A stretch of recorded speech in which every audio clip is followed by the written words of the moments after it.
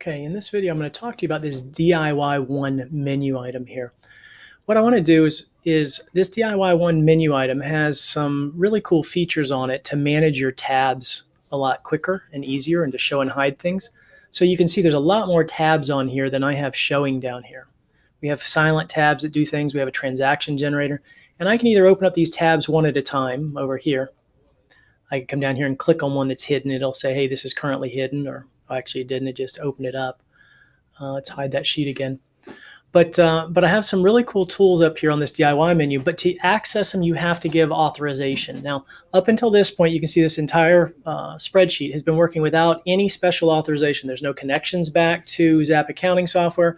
For that matter, along with that, there's no auto updates or anything. So this is just a spreadsheet file template. You copy it, you use it. You're not going to be asked to do any authorizations. But as soon as you try to use this menu item right here, whoops, well, that didn't work. It just authorized. Oh, wait, maybe it's just when I click something. I'm going to say show tab set and show silent tabs.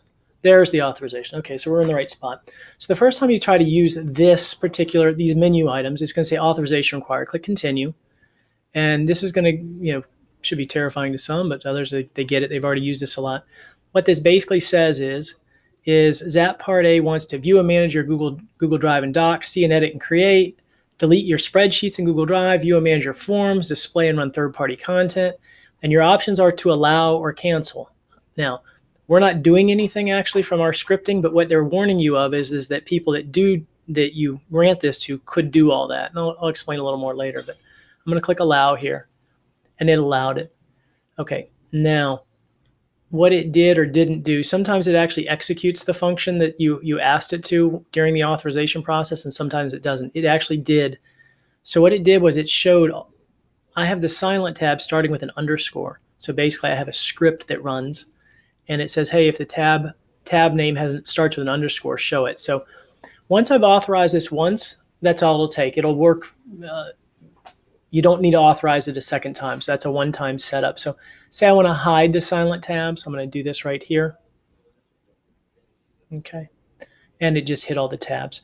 So there's a much longer video on this, the DIY1 menu item and the authorization process and the security related to all this, where I go into the scripting module.